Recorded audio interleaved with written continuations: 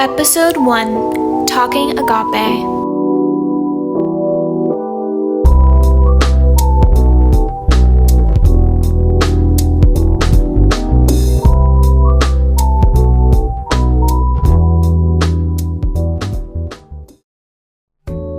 Hello, loves. My name is Elida Lawler, and welcome to the Talking Love podcast. This podcast goes into the world of love and what love truly means in different perspectives.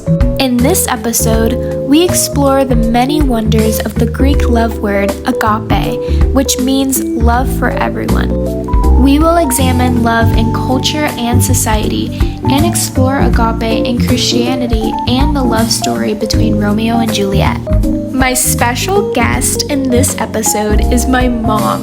This is so important for me because my mom is literally my best friend and she knows so much about love and the different experiences and emotions of it. Okay, loves, sit back and relax and enjoy the discussion about agape. Alrighty, so I have my mom with me. So the first question is, what is love? So love is many things. It can be sexual, playful, passionate, emotional, or even scary. But love is such a universal feeling that it is hard to describe what love truly is. According to Firebrand magazine, to love someone is to will the good of that person, to work toward what will bring that person in the direction of the good. So this article explains just a tiny piece of what love is, since love can be many things.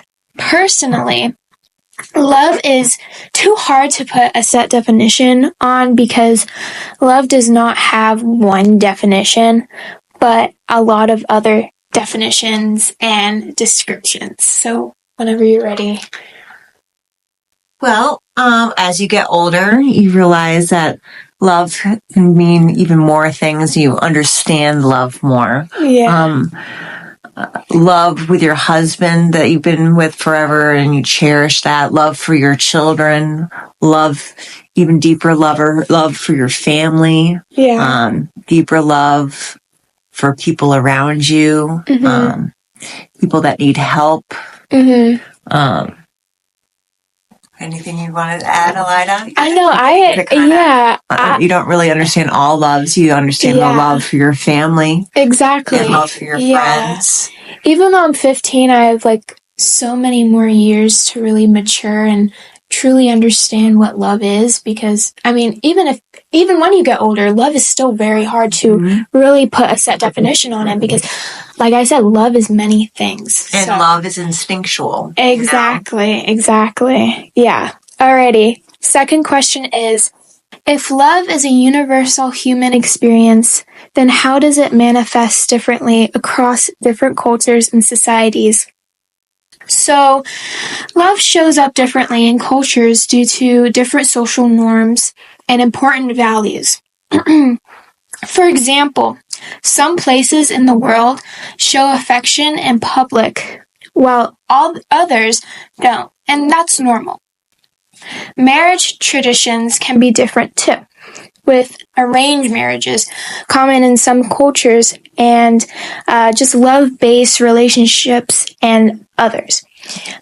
Plus, roles in relationships can be very different, affecting how love is expressed and experienced by people. Oakham School talks more on different cultures, stating culture plays a fundamental role in shaping our perceptions and experiences of love, influencing everything from our definitions of love to our relationship dynamics. This is very true. Culture does play a huge role in shaping different perspectives of love and how love works. So, Mom, do you want to, state your answer to this question? Okay, I think aside from cultures, I guess in our when we're at now, like when I was young, even living together, before marriage was really taboo, and now a lot of people don't get married, or they get married later in life. So a lot of young people aren't getting married. As a Christian, it's, we're taught not to have a physical relationship till after marriage. But a lot of young people are not. A lot of people are choosing not to get married. So that's one thing. But yes, in different cultures, they all, like a Muslim tradition, they don't even really show their face. So they can't show affection in public. Physical affection, So, Alrighty, I love that. Yeah, I completely agree. So it's different for a lot of cultures and different societies. The third question is, how does agape relate to the love story between Romeo and Juliet? So my English class, we were doing a segment over Romeo and Juliet. We watched a lot of the movie from the 60s, which was very dramatic, but it was really good. And we read the book, which is the play. So agape refers to a selfless, unconditional love, basically loving everyone else. Agape definitely is something that can be connected to the love story, Romeo and Juliet, because their love was very intense. They literally sacrificed for each other. This demonstrates that deep, committed connection that agape shows. Thus, with a kiss, I die, which is in Act 5, scene 3, Romeo is showing agape in the scene because he and Juliet are both selfless lovers. They only love each other, which leaded them to die for each other. Romeo and Juliet were willing to do anything for each other, like sacrificing themselves. The Internet Public Library talks more about it, stating, agape is an unconditional and empathetic love that cannot be fully explained. Agape is the kind of love that Romeo and Juliet share for one another. This is very true because Romeo and Juliet's love embodies agape. So, Mom, do you want to...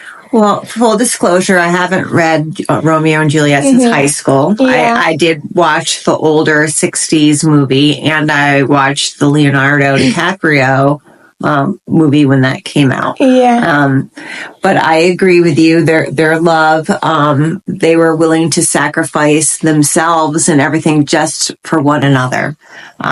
Even if it was to break relationships with their own family and their own friends just to have one another. And at the end, that took their own lives. Exactly. I love that answer. Alrighty. Question number 4. How does agape connect with Christianity? How do us Christians show agape? So agape in Christianity, agape in Christianity refers to God's unconditional love for all of humanity. His love is considered the highest form of love and is talked about in the New Testament in the Bible. Jesus actually taught agape in some parts in the Great Commandments, which said, love the Lord your God with all your heart, Matthew 22, verse 37, and love your neighbor as yourself, Mark 12, verse 30 through 31. All of this represents selflessness, sacrifice, and compassion. So it's related to how do us Christians show agape. So us Christians show agape in many ways. I personally show agape through volunteering and serving others, forgiving others, compassion and empathy, hospitality, encouragement, and praying for others. These things that demonstrate agape love are so important in my life as a Christian. So, Mom, do you want to answer? Yes. So 1 John 4:19 states, we love because he loved us. And how I show love, and I show love for everyone, is through volunteering with my church.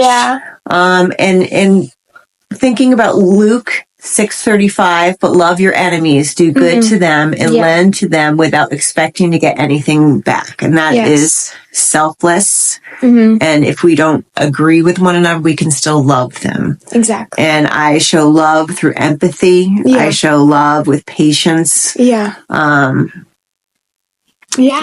I love it. Alrighty, thank you, Mom, for hopping up on this. Thank you so much. I love you so much. Alrighty. Alright, loves. Thank you so much for listening to this episode of Talkin Love. I want to thank my special guest, my mom, for coming on to this episode to talk about love, specifically agape, and its many meanings in the perspective of culture, society, Christianity, and Romeo and Juliet. I hope all of you have learned something new after listening to this episode. I have, definitely. Until next time, bye, loves!